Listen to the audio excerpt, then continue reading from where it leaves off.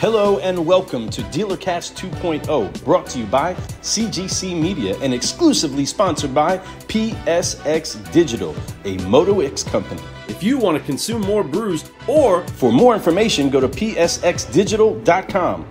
Let's get this conversation started. Let's brew! Hey, what's going on, Solutionaries? This is Fred Lenartz, the subprime hero. And Lou Ramirez, the car guy, and we are excited to be bringing to you another episode of a nice DealerCast 2.0 with the one, the only, Larry Brews. Let's go. And right next to him is Jeff Loos. What's going on? Welcome to the party. Welcome to the party. Excited to be here. That was totally planned too. We thought about it. I looked all over LinkedIn for something that would rhyme with Bruce. Yep, that was my biggest qualification. We have to work together. Yes, exactly. That's awesome. That's awesome. Speaking of destiny, everybody, today has been destined to be the day that we get back into this grind of a conversation where we keep talking about how to take dealerships, take processes, take technologies, take the auto industry to the next level. And I've been loving all of the conversations that we've been having, and we want more people to get involved inside of the talk. So, Fred, you know what they need to do? They need to tag a car guy. They need to tag a car gal. And share. Then you get this out there, let some people know that we are live, folks. Hey, I don't know if you guys have been paying attention. We've been doing these every week live. This week, we did have to reschedule. We are doing it on a Thursday instead of our typical Monday, but you'll see us back again this Monday coming up. These are going to be weekly. Start letting people know. We'll start doing some more promo on this and letting you guys be ready for these shows. Have some questions for us, but this week, we're going to have some really great stuff to talk about. I'm pumped up about it because, for one, I think that most dealers out there really don't understand a lot about what we're going to talk about. So this is going to be a great way for them to get some more education. But number two, it's also going to be a way for them to be able to really know if they're in line. So let's go. Awesome. And because we have master car guys curating a great conversation, Larry, tell them what it is that you got brewing for this episode. Oh man, unfortunately, this is not my favorite thing to talk about, but we got to talk about it. And that is compliance.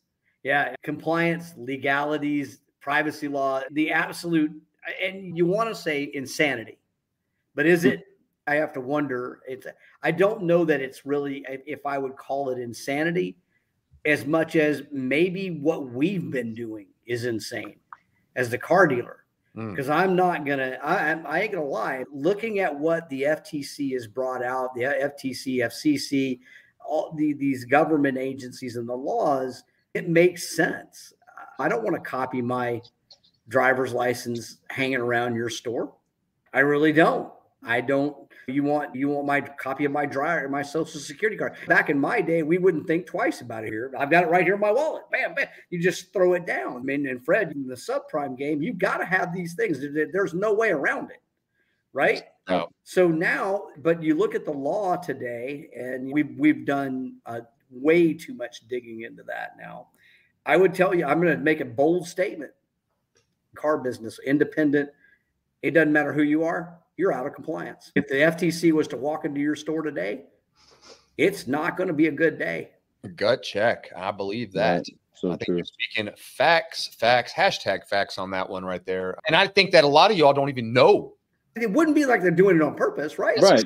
It's the craziest part. A majority of y'all don't even, and that's where it gets scary. I walked into dealerships for years, and there's deal jackets, dead and live, both driver's license copies laying on all the desks. It's pretty much 90% of them. You walk in, they're there. It's not hard to find. Yeah. Here's the thing that got me, and it got me about probably 6 months ago, is it just happened to be looking through our CRM for something, looking at something that one of the customers had sent in for a dealer to help him. And I literally, as I'm scrolling, I'm seeing, here's a thumbnail of his driver's license. There's a thumbnail of his social security card. There's a thumbnail of his utility bill. And I'm like, oh my God, what? But when you think about it, after I got off that call, I sat down and went, okay, let's be pragmatic about this. how else am I going to get it? Yeah. I mean, we used to be the customer would come down and bring all that with them, or they would, they would some fax it over if you really had something going on. So, but today, a quick picture and I was going to say it's worse because now it's on personal devices via text. So it's not even through the system in the store. It's literally personal device to personal device via text. Well, this one was in our CRM, but anybody could see it, right? I mean, if you went to that customer record, you could see it, and you could get it, and you could download it, you could copy it. And I started thinking, so I started digging into because we'd been involved in some of the safeguard rules, and as of June 9th, you have to protect this data, but you don't just have to protect the data. You also have to give the customer a way to manage it and take it away from you if they want. And I started looking, well, do we allow that anywhere? And no, not only do we not allow it, we allow it to see it. And I'm thinking, okay, if I'm a dealer and I don't have a CRM that has a SMS messaging, because a lot of them don't, I don't have a CRM that has an SMS messaging platform or an SMS messaging integrated to it. What do? It goes to the salesperson's personal device. Oh my God. Oh no. Oh my God. Oh. Wait, what? Like, whoa. Wow, that's getting big. Yeah, that's horrifying. I'm going, okay, you're either bad or you're worse. So you're either bad, you're sticking it in the CRM, and that's bad for me because there's liability in this for me now. That's not going to stand. So we're not letting that go. And then, but if you don't have PSX and if you don't have a platform that will allow you to text it or even email into it, because some don't. I mean, then they're sending it via email. It's sitting in your CRM, or even worse, it's probably sitting on all your salespeople's personal devices. Mm-hmm. So I am absolutely take a screenshot of it, text it to me. Yeah, we funded a lot of deals. You have to be able to collect and secure private data, in an electronic form and not have it accessible. Yeah. So I'm going, wow. And so we started right then. Everybody, give me your phones. I see the meltdown happening. Yeah, exactly. There are dealers out right now collecting customers, collecting salespeople's phones, deleting stuff off of them. But we started then, right then. I stopped with the next project was, okay, we're gonna secure this. There's no way I'm going to allow one of our dealers to be the test case for the lawsuit on this. So we completed that. And I started thinking, though, if you're a dealer that doesn't have it, then you're out of compliance, and that's damn near every dealer in the country. Mm. And so what do we do is the answer. I think the only answer you can have is to have a CRM that protects it, a CRM that complies with the law. You can do it with the DMS, the electronic deal jackets that I was involved with at Reynolds and other places. They were there, but they were not there for legal purposes. They were actually convenience for this dealership who didn't have to store all this stuff where the rats were. I didn't like going up and getting deal jackets. And there were things back there that I didn't want to be involved with. 6 years ago. Yeah, there's big spiders in that attic. It's not good. To prevent those electronic deal jackets were built for that. But you think about it today, very shortly into the sales process, as you're taking it up, or even as you're taking a lead or a call, very quickly in that process, you're getting somebody's driver's license. Yep. That's the first place you're out of compliance, and almost instantly.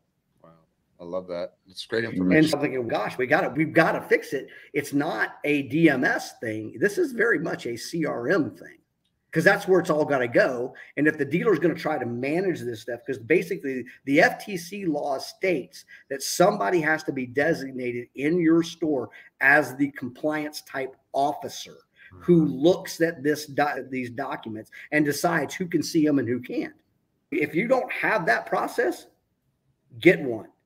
Wow. If you see a guy with a tie walk into your store, black dark suit with a tie, I'm not sure what to tell you to do other than get your checkbook out and get ready to get fined, because it's coming. That's exactly It's like, and I think one of the important things is even if you engage with a CRM like we're suggesting that is locking it up and compliant, even if they come in for an audit or whatever the case is, the fact that you've made the efforts to partner with somebody that is taking this seriously, even if there is a hiccup or something, they're going to be a lot more patient with you that you do have a plan in place and somebody at the store is aware of it. And you guys are being proactive and not reactive just to sleep at the wheel. So it's one thing I've seen over the years. Yeah, I'm not sure that I'm sure the government, it's hard to imagine the government being patient or being sympathetic or empathetic would probably be a better term. That's the lottery I don't want to win. The one yeah, I don't think I would want to. I definitely wouldn't want to be Matt's last or one off. I don't want to be the one off. It's like the point too. Yeah, I don't think I want to be. That says there's a massive hole with compliance in storing insurance ID cards, deck pages, and even calling insurance carriers to verify insurance in a room full of people. I agree, because there's a lot of valuable information that they ask for, and that's very private. And I think that we need to be more aware of that. We need to have a better process for that and a location to do so that is secure, so somebody can feel like their information is like giving someone social. Hey, Random Mill Short, what's your social again? Well, you they ask for the last four everywhere because you can't tell much from just the last four. Exactly. They don't only ask for that every time we do things, right? Yeah. I don't love to give that away. Most are in state of actual willful non-compliance, which is worse than just an oops. Amen to that. And that's the point I'm making. If you partner with somebody that's taking it seriously, at least you get a little bit of grace because you do have a plan. Right, you're trying to do something. And that's often, I don't know if any car guys or car gals have ever been arrested or ever did anything funny in their past, but I know a guy that has one or two. But they often tell you, hey, just help us out here so we can make this easier for you. And they often check to see if you've tried to do anything to prevent the event. And no different than if you're a truck driver and you're on the road, you are ridiculously scrutinized on whether or not you at least attempted to do what was right, and if what you were actually involved in was unavoidable. And inside of that, you look at cameras, you look at all kinds of stuff to see and make sure that it's right. And it's the same thing with this. If there's the technology out there, just like us monitoring our kids and their location, since that luxury is available, let's use it and be responsible with it. If dealers keep hearing that this is out there, if the compliance officers are attending the giant conventions that all these dealers are getting the trumpet sounded in front of, and then they're still not responding to it, I agree. Then it's, what is your excuse for not even trying to be right or trying to have the technology in front of you to be right? And also to just be able to even somewhat tout about it a little bit to your customer and say, do what's best for our customer. We take care of you. We're looking out for you. Anybody ever try to get info inside of a hospital that you're not privy to? Goodness, we should treat it like that. And all we're trying to find out is, are they allowed to take an ibuprofen? You think about it this way, I mean, the conflicts, right? So the lender wants you to verify the customer's identity, which means I got to have your driver's license. Period. And so today, here's how we do it. We take that driver's license and actually hand it to a salesperson. Yep. Oh my God. And then he walks off with it. It gets better. He leaves with the driver's license and he goes to this copier, copies the driver's license, and it scans through these other things that for these identity checkers, and comes out on the other side a paper copy of the driver's license and an electronic copy in the identity part. And that's somehow supposed to be compliant. And I'm thinking to myself, okay, the minute you handed over the driver's license to the salesperson, you were out of compliance right then. And it just got worse. It got progressively worse when he made a paper copy and then had an electronic and a paper copy. What are you doing? And then here, even where I've been in dealers, and so I started going to some of our dealerships. I go into one of our dealerships in Southern California, and I'm watching the salesperson take a credit app, right? And he thinks he's doing a great job. He's doing a great thing by taking it on. They don't have paper drivers, right? They're taking it through our system, electronic way. And he says to the customer out loud in front of everybody on the showroom, "Hey, what's your social security number?" 451. He's cracking it. Hey, and that's in California. We know their laws are pretty light. They're not going to be concerned about that. I'm going. I walked out of that. I remember walking out of that dealership going, I think I'm shocked that there's not a lawsuit going on. And then I start doing some digging. Turns out there is one, really big one, a $300 million lawsuit going on right now. That's not the government. That's not the government. That's the for-profit lawyer who's got this class action going on. You don't want it. There is no, oh, yeah, we get it. We know you'll do better next time. There is none of that with that deal. There's only how much are you going to pay? You've got to protect that data. They're going to pay something. That's for sure. 100%. Oh, yeah. Wow. Unbelievable. I love that. That's great information. This is really good stuff. Like people, once again, I hope you guys are tagging car guys and car gals out there and dealer owners and GMs and everybody who's in charge of what's happening in their compliance in their store. We're getting ready to hit you guys with some really good stuff. For one, that process is an old process that needs to be getting rid of. Like the way that we would grab it, all needs to go. There's way better ways. And there's even a great CRM out there that actually has a very, really great solution for this. Obviously, we all know, we've talked about it. We all can tell it's PSX, right? And they're kicking butt with it. And I love what you guys do. And I love how it's right there. It's right now. It's easy. You don't have to worry about having a copy laying around where it shouldn't be. It's not exposed. There's no information that needs to be said verbally. That kind of stuff is very key. To include the insurance card, to include the deck page, to include everything that we need to be able to sell a car to somebody, we can do it right now very easily by using the technology that you all have. I love that. I'm glad that you have that. And I'm glad that this is what we're talking about. So folks, get some people in here. We're going to talk about it some more. The gentleman, I actually went to LinkedIn to see who it was because it says LinkedIn user. The gentleman who's been commenting is Darren Yamans. He says he does have his thing. He wants to say a shameless plug, and I'm going to give it to him because he's been commenting. It's a shameless plug. Our Check My driver insurance verification solution eliminates taking pictures of an ID and also verifies insurance digitally, instantly, all SOC2 and FTC compliant. That's amazing. And I'm glad that there's other people and there's other solutions out there. Yeah, 100%. Shout out to you for having a solution out there for people. This is built into the CRM. Same thing, same idea. And I love that. So let's talk a little bit more about that in a little bit. But I want to talk more about this whole thing. Once again, wow, I love this. Yeah. And so what about an SOC1 compliance? They retired that one. Okay. They've gone to SOC 2. Okay, so here we go. So this is what we need here. Okay, so help a humble car guy that's a little less educated inside of what a SOC 2, suck it to me, compliance issue is. Exactly. Right? What is an SOC 2? What the heck is that even? That's a electronic or a digital compliance type of designation. Most of your banks or all your banks are SOC 2. It's just a level of security or a compliance level that you really need to have to handle this information. I'm shocked that more dealers aren't SOC 2 compliant or don't look to see if their CRM or even their DMS. Most DMSs are SOC 2 compliant. It's expensive to get your SOC 2 compliancy. It's not easy. It comes down to how well your servers are protected and all the other things that go on in that scenario. So there's a lot to it, but it's important to be that way. It's important to do business with people who have their SOC 2 compliance. So Lou, from a high level, the way you and I look at it is it's really simple. If you're collecting private data, it has to be secure. It has to be protected. And now there's a new level where you have to be able to access that as the customer and be able to pull away from us if you want to. Really simple. Protect private data.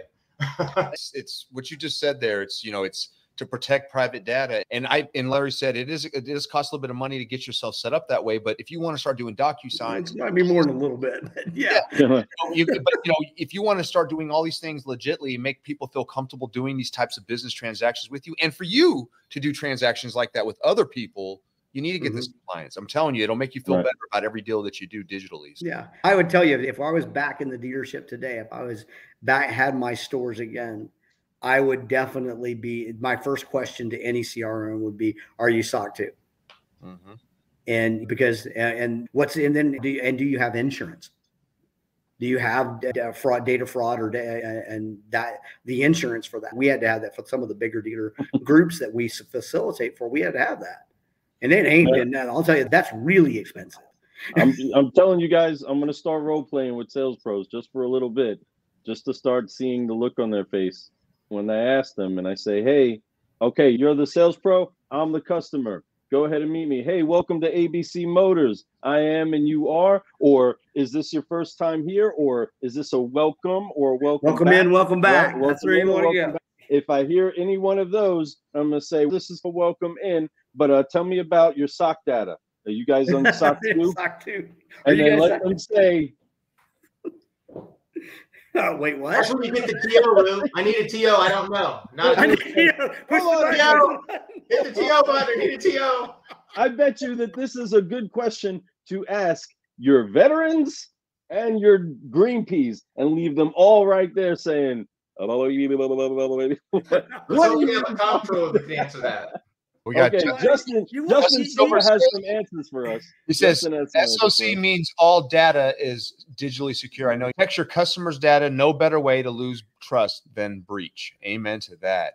A bit of a jog left, but addressing compliance often addresses fraud at the same time. Bonus. Yeah, very true. And it just protects you. It's protection across the board, you and the customer. That's why these things are important. But they see that again. The hard part is that at some point, in most cases, someone at the dealership has to touch this thing, has to touch that card, has to touch that driver's license. And so when I walked out of our dealership in Southern California, I decided, no, none of our salespeople are ever going to touch that driver's license or any type of secure documentation that the customer is going to have. We will find a way for them not to have it.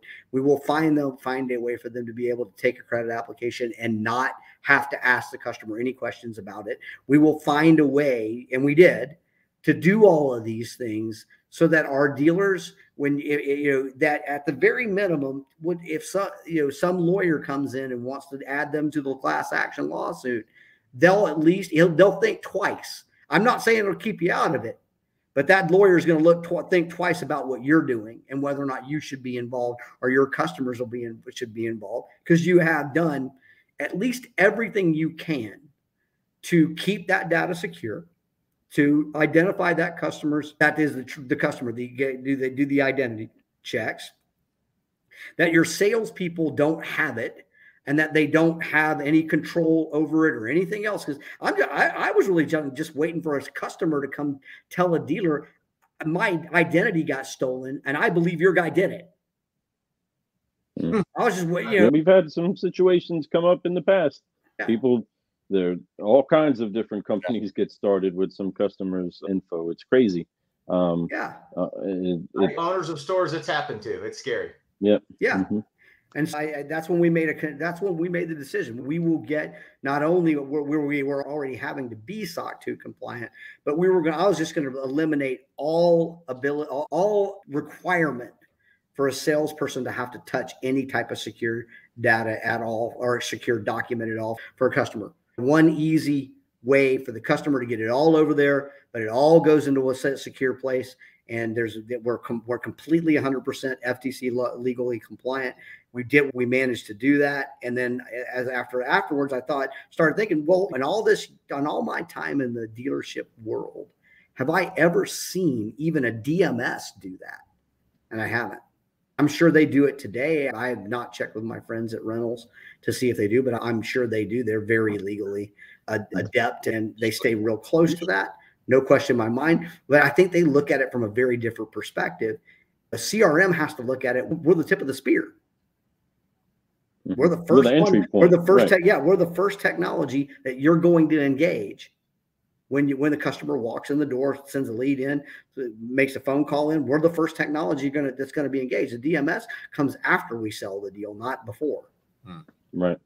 And possibly you've already put yourself in harm's way or put yourself in even stickier waters, because between the CRM and your system that sends out the information to banks, now you're inside of that wire of talking about that customer's information to lending institutions, which is a whole other conversation of what gets sent, what doesn't get sent. And inside of that, and just on the hearing your idea and the flow on, yes, let's minimize the amount of exposure that our sales pros have, that we as a company have, and where we can even mess this up. But sometimes, especially inside of the subprime world, we really got to work a customer through their own application and saying, you have other monies, you have other things that are going on inside of your life, you have other accounts, you don't know how to fill out an application. You know what I mean? If we submit what you sent us, we're turned down. But if you answer a couple other maybe questions that are not on the app, we need to help you put together an application to get you through. Right? We got to dig a little deeper, right? I mean, how much money do you have in rental property? Especially consider the people that were once inside of a great credit scenario where they were never asked to prove anything. Now they don't really know how to fill out the application where it only has one current employer. And these are still business owners. These are people that are moving money around all over the place. They still need help filling out an application. So I think there's still the human element of, we have to be able to have professionals be able to lead them. But I think that still guiding the customer on a tool that keeps you away from your hands getting dirty, sticky, or even contaminating it is very good. And my brain is just spinning here because there are so many areas where you can take down the ship in just a couple miscalculations in your steps or entries or scans or misplaced paperwork. It gets funny out there. And man, there's just so much that if the technology is right there in place at the forefront, at the initial sifting of the information, I think that you set yourself up for success from then on forward. And I'm completely with you. If they have a good entry point, boom, we're ready to rock. We're ready to take care of our customer. And then everybody's at ease instead of having to keep checking other boxes of compliance as we keep going down the list, because that was the annoying thing for us. You know what I mean? Was, oh my gosh, how many different steps does it take to pull one credit application? You know what I mean? And I can't say that I've always done every step, but please don't look behind me. You know what I mean? But there's just so many things we had to do. Customer front and center, protecting them. At the end of the day, that's the priority. And obviously we're all concerned about what it means for liability. But I think if you keep the customer front and center and what's best for them, this is where it's all going. So we all just have to step up and figure it out. So true. Yeah. Amen to that. Facts. Yep. Man, that's good stuff. Yeah, no doubt. You have to think about it from the customer's perspective, from a standpoint of, say again? No, I was just saying, yeah, man, no doubt. So I think from a standpoint of the getting the deal done, which manager you've got as the finance manager, you've got to get you got to have some back and forth with the customer to somehow get this made, to get the information you need to make the proper sale to the bank. But if you're the only one looking at it and the salesperson hadn't even seen it, and you're the one asking the questions, you at least dramatically limit your liability in that, at the very least, if not at the very most, completely protected. Particularly, realistically, you could say that the F&I manager is probably the guy that you need to designate as the guy that can look at, the guy that makes the decisions, who sees insensitive documents and who doesn't, because he's the guy that's going to have most interaction with these sensitive documents anyway.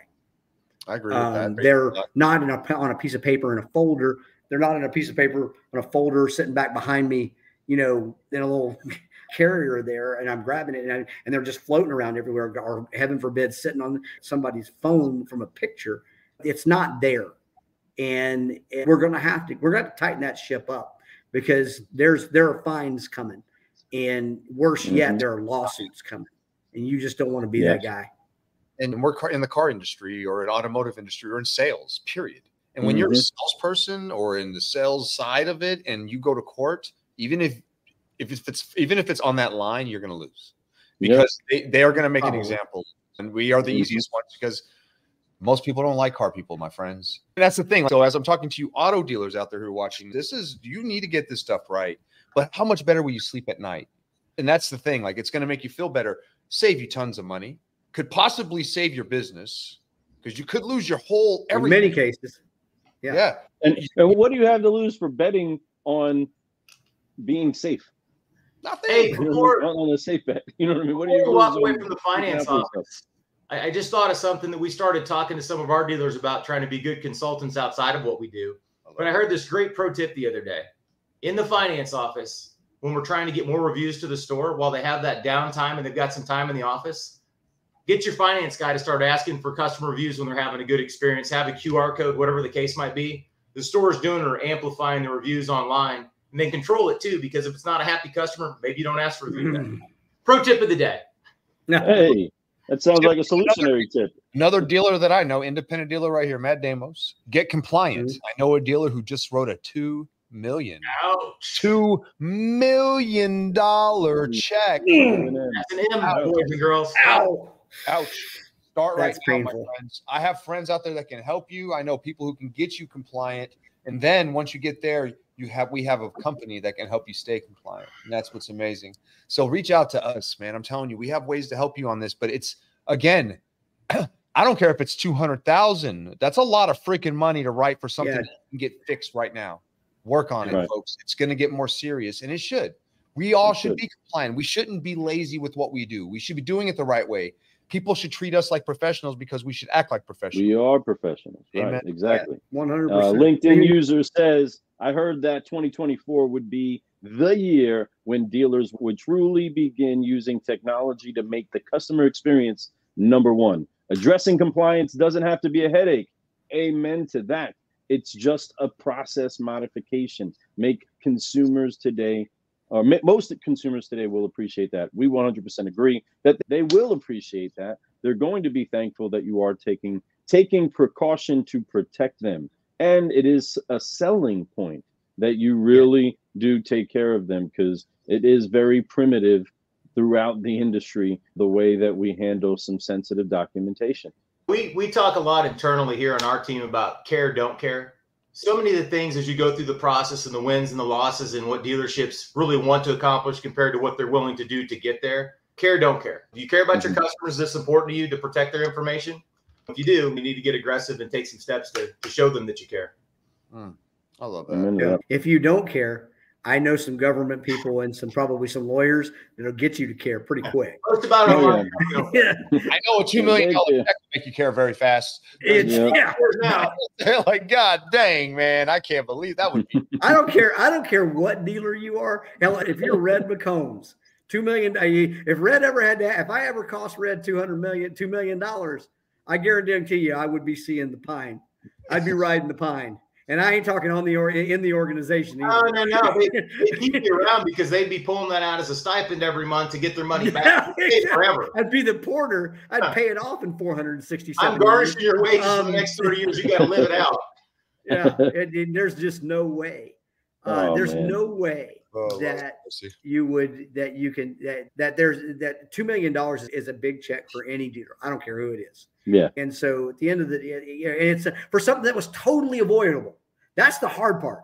So as a dealer, as a business owner, if you could take the big problems and go, what could we have done? We did everything we could. It still cost us money. Let's learn and live and learn. For something that's so easy as just don't ask that guy for your driver's license. Just don't do that, or just get compliant. It's been laid out for you what it takes to get it done, and you just flat didn't do it. But then you're going to judge. It wouldn't matter if it's $2. The dealer's going to blow his gasket. But here's the catch-22. Here's the catch-22 about all of it is that what I've learned over dealerships over the years is the owners of those dealerships are there living in the weeds. They're there to sell and service cars, and that's what they focus on. That's what they're supposed to focus on. So the key to what we're talking about here is to find the partners that this is what they're experts in, trust the partner, and allow them to partner with you to help you do all the things you're not going to think about every day, nor do you want to. Sell and service cars. Find good partners. And then enforce it. The enforcing part is key, because, I mean, I can only imagine what the week after writing that check looked like, and walking around the showroom, spotting anything, looking at anything. Just your hair would have caught fire, seeing a driver's license, opening up somebody's drawer, because I know I had a few driver's license sitting inside of my drawer for people that didn't come back to grab it. I left on a copier. You know what I mean? I mean, I'm just saying, I was I'm just calculating the liability I myself was as a salesperson to my dealers. You know what I mean? And taking that responsibility. It's still out there. Yeah, think about that from the independent guy, the sales guy. So your store doesn't know, and you don't have a CRM, or you don't have a CRM that allows you to text in or even email in, whatever the case may be. And as a salesperson, you're 900 miles an hour. You want to get the deal done. So, hey, man, just send me your driver's license. Just text it to me. Take a picture, text it, front and back, take a picture, text it to me. You're moving. But then you don't realize you're under liability personally. Yes. What you just did to yourself. Because the minute you did that, if that guy on the other end decides that, hey, your guy stole, he may come after you personally. The dealer might enjoin you personally. You would hope they wouldn't do that. But, at the end of the day, you're talking $2 million. People's minds change a lot for $2 million. Yeah, no doubt. No doubt about it. And Matt goes back in here. His database was hacked. Customers got harmed. And that's the sad part. It sucks that his database got hacked, but it could have been avoidable. It could have been done right. And people just don't know until it happens. And sometimes, unfortunate, $2 million will put a big stink in that. Whew. Speaking of big stink, he says he didn't know what the dealership looked like right after. He don't know what it looked like, but he guarantees that it smelled like vomit. We hope the dealer principal took the week off so everybody didn't have to see his expressions on his face. Oh, God. Yeah. The $2 million actually probably was light. And think about if you're one of these big dealer groups, if you're AutoNation, it's more like $200 million. Yeah, AutoNation. If you're lucky. And then it gets better. They go into all your stores to make their point and see all the stuff that's on the desk and accessible.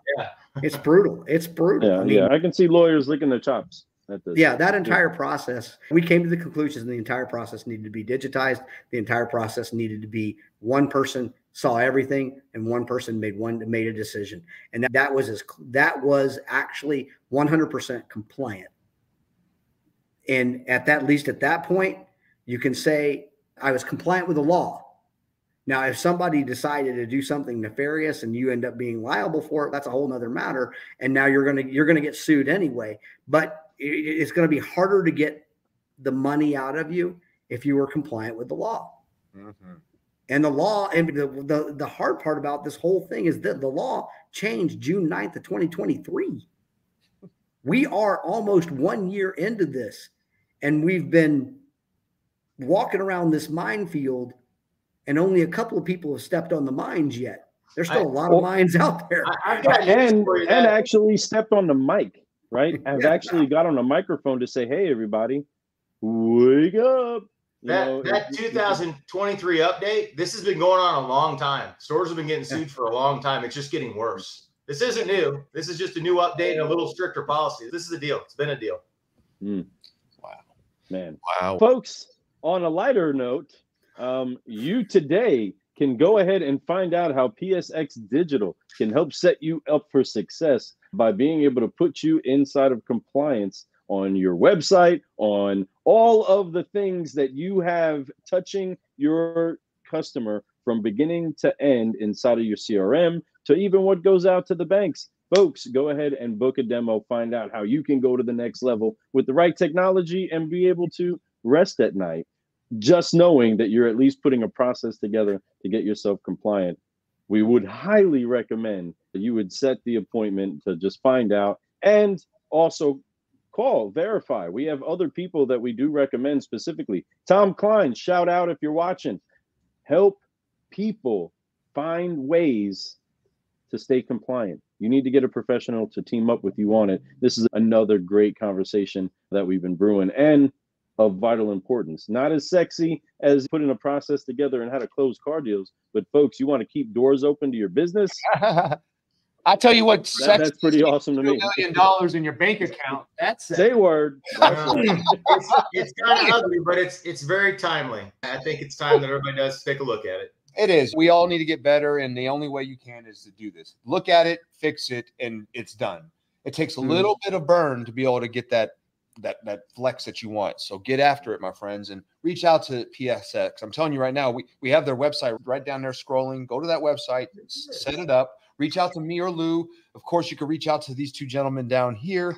They'll be happy to talk to you. We're always here for you guys and gals out there trying to get better, because this is what this show's about. DealerCast 2.0. It's to bring it to the next level for you all so that you all get information and opportunities to grow your business.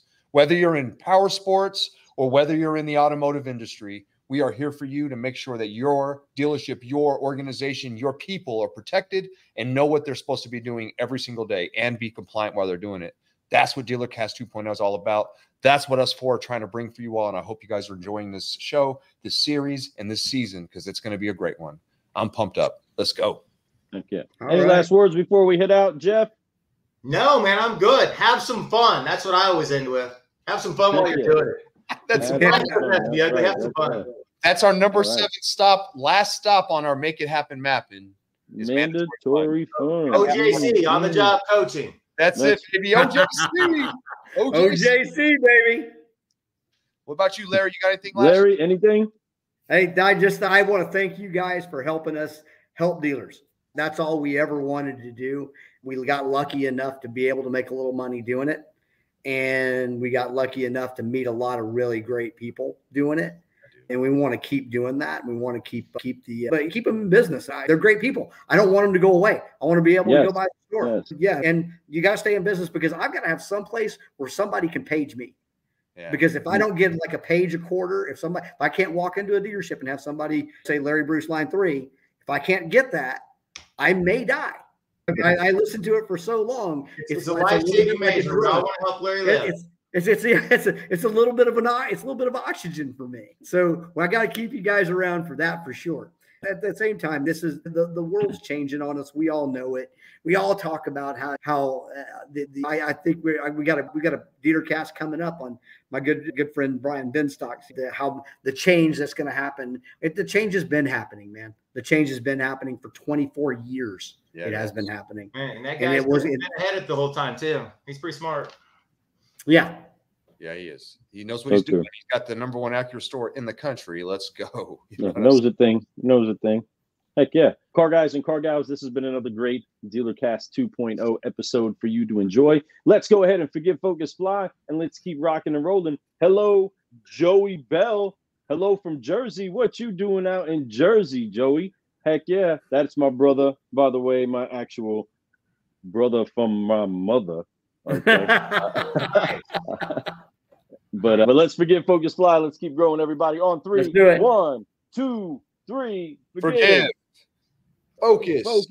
Fly. And keep growing and coaching and growing and coaching. I like all of it. All the job coaching. In the place to be. Let's go. Yes. Right.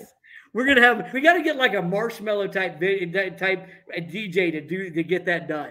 I'm in. Hey, don't be the 0.2 on the closing. 1.2. Don't be the 0.2. Don't be the 2. We need to make some gear for that, y'all. We're working on it. We're getting there. I gotta have for samples. I gotta be rocking it, bro. So let's go. I can't wait.